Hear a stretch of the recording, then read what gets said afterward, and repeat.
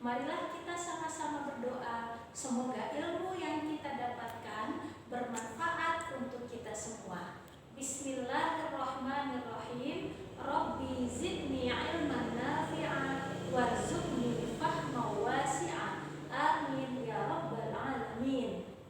Anak-anakku kelas 2, pada hari ini kita akan masuk ke judul yang baru dari pelajaran kita, yaitu tentang Asmaul Husna. Tentunya anak-anak Bu Guru masih ingat pelajaran kita terdahulu tentang Asmaul Husna.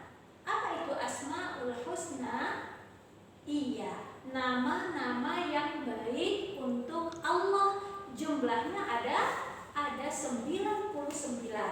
Pada hari ini kita akan mempelajari 3 di antara Asmaul Husna yang 99, yaitu kita akan belajar tentang Al-Quddus, kemudian As-Salam, dan yang ketiga adalah Al-Khaliq. Baik anak-anakku, kita akan membahas satu persatu.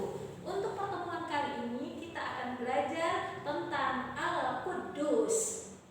Al-Quddus itu adalah bahasa Arab. Apa artinya Al-Quddus? Al-Quddus artinya yang maha suci. Allah Subhanahu wa ta'ala memiliki nama lain, yaitu Al-Quddus. Artinya bahwa Allah itu adalah zat yang maha suci. Mengapa demikian? Karena Allah adalah zat yang tidak pernah melakukan kejahatan. Allah adalah zat yang tidak pernah melakukan keingkaran. Allah adalah zat yang selalu menginginkan kebaikan. Maka Allah adalah zat yang suci, bahkan disebut dengan zat yang maha suci. Berbeda sekali dengan kita, makhluk Allah, apalagi yang namanya manusia, sering sekali melakukan kesalahan, sering sekali melakukan dosa dan kekhilafan. Mengapa kita disebut dengan manusia?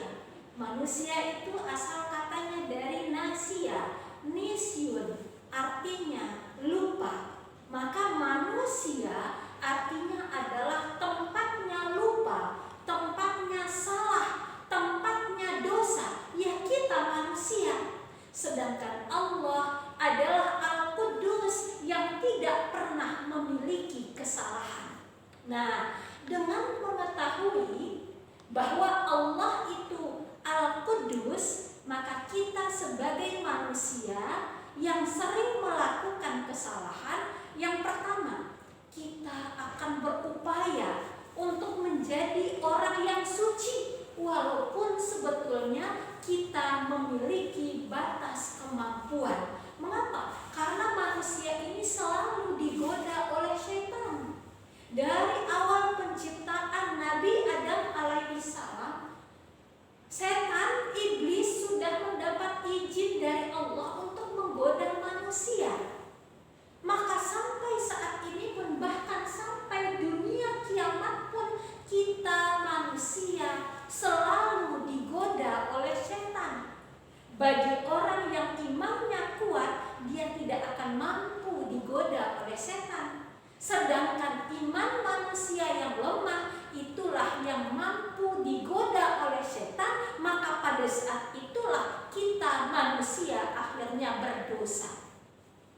Oleh karena itu, ketika kita mengetahui Allah maha suci, Allah zat yang suci, maka kita sebagai hamba Allah akan berupaya bagaimana caranya kita menyucikan diri kita supaya kita itu tidak lagi berdosa. Dosa-dosa yang terlanjur kita lakukan, kita usahakan untuk menghapusnya. Kata Allah di dalam Al-Quran, kata Rasulullah di dalam hadisnya, ittaqillaha haitsuma kunta wa atbi'is sayyi'atal hasanata tamhuha wa khaliqin nas bi khuluqin hasanin. Bertakwalah kalian kepada Allah, ikutilah kejahatan itu dengan kebaikan, sehingga kejahatan itu bisa kebaikan hapus kejahatan tadi dan bergaullah dengan sesama manusia dengan pergaulan yang baik. Maka di dalam hadis itu diperintahkan kepada kita, apabila kita terlanjur melakukan dosa dan kesalahan, maka bersegeralah kita melakukan kebaikan. Untuk apa sih gunanya? Gunanya adalah untuk menghapus kesalahan yang pernah kita lakukan. Kita selalu mengiringi perbuatan-perbuatan dosa yang terlanjur kita lakukan, itu ibaratkan setitik noda di atas kaca. Satu dosa kita lakukan, satu titik noda di atas kaca. Ya, kalau debu, kalau noda itu tidak cepat-cepat kita hapus, maka noda tersebut akan tetap ada. Satu hari noda jatuh ke kaca, kaca yang bening, ya. Hati kita manusia ibaratkan kaca yang bening, ya.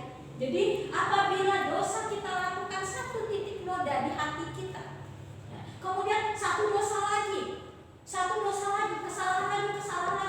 lagi. Apabila kesalahan itu tidak cepat-cepat kita hapus, tidak cepat-cepat kita buang, maka lama-kelamaan hati kita ini akan berkarat.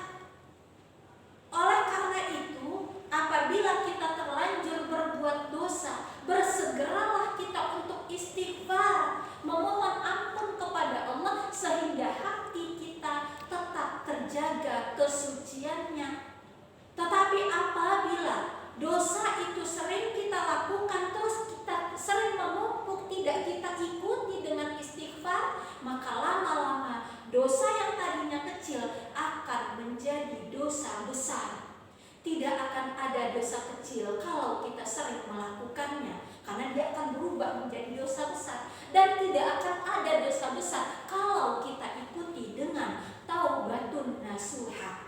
Maka sering-seringlah kita berucap istighfar, memohon ampunan Allah. Terlanjur kita berdosa, bersalah kepada bunda kita, bersalah kepada ayah kita, ya, berantem dengan adik kita atau dengan teman kita. Secepatnya kita itu minta maaf, lalu kita mohon ampun kepada Allah. Terlanjur kita meninggalkan perintah Allah, secepatnya kita itu meminta ampun kepada Allah. Terlanjur kita berkata bohong, secepatnya kita itu istighfar, minta ampunan kepada Allah, sehingga diri kita ini selalu terjaga kesuciannya. Oleh karena itu anak-anakku, sering-seringlah kita beristighfar. Zikirnya kita itu adalah astaghfirullahalazim min kulli dzambil azim. Ampuni hamba ya Allah dari dosa-dosa yang pernah hamba lakukan.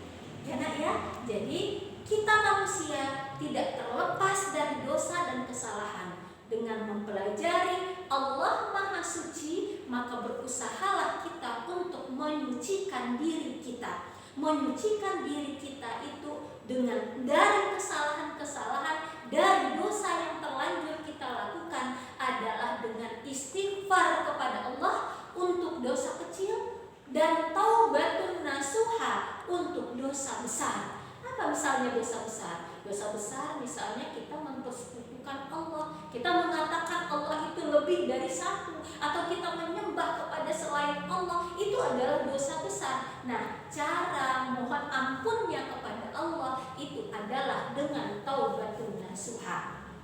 Mudah-mudahan anak-anakku kita mengerti semua, paham betul untuk memahami Allah itu Maha Suci. Maka setidaknya kita berusaha, berupaya untuk menjadi pribadi-pribadi yang meninggalkan dosa, sehingga kita menjadi makhluk yang suci, terhindar dari dosa. Walaupun sebetulnya kita tidak akan mampu sama seperti malaikat, bahkan sama seperti Allah, tapi paling tidak kita sudah berusaha untuk menjadi makhluk Allah yang suci.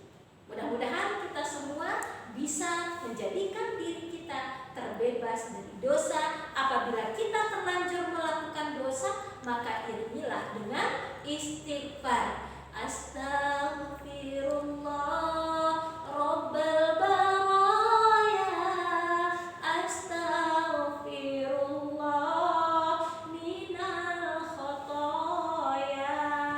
Memohon ampun kepada Allah hendaklah dari hati, penuh rasa ketundukan, penuh dengan rasa menyesal, sehingga mengucurlah air mata kita ketika kita memohon ampun kepada Allah. Tidak cukup kita hanya istighfar hanya sebatas di mulut, astagfirullah, astagfirullah, astagfirullah, astagfirullah, cepat-cepat lagi bacaan istighfarnya. Jangan, ya, membaca istighfar itu benar-benar harus sungguh-sungguh dari hati kita. Mudah-mudahan dosa yang terlanjur kita lakukan akan diampuni oleh Allah. Karena ingat, Allah itu Al-Ghaffar. Allah itu Maha Pengampun.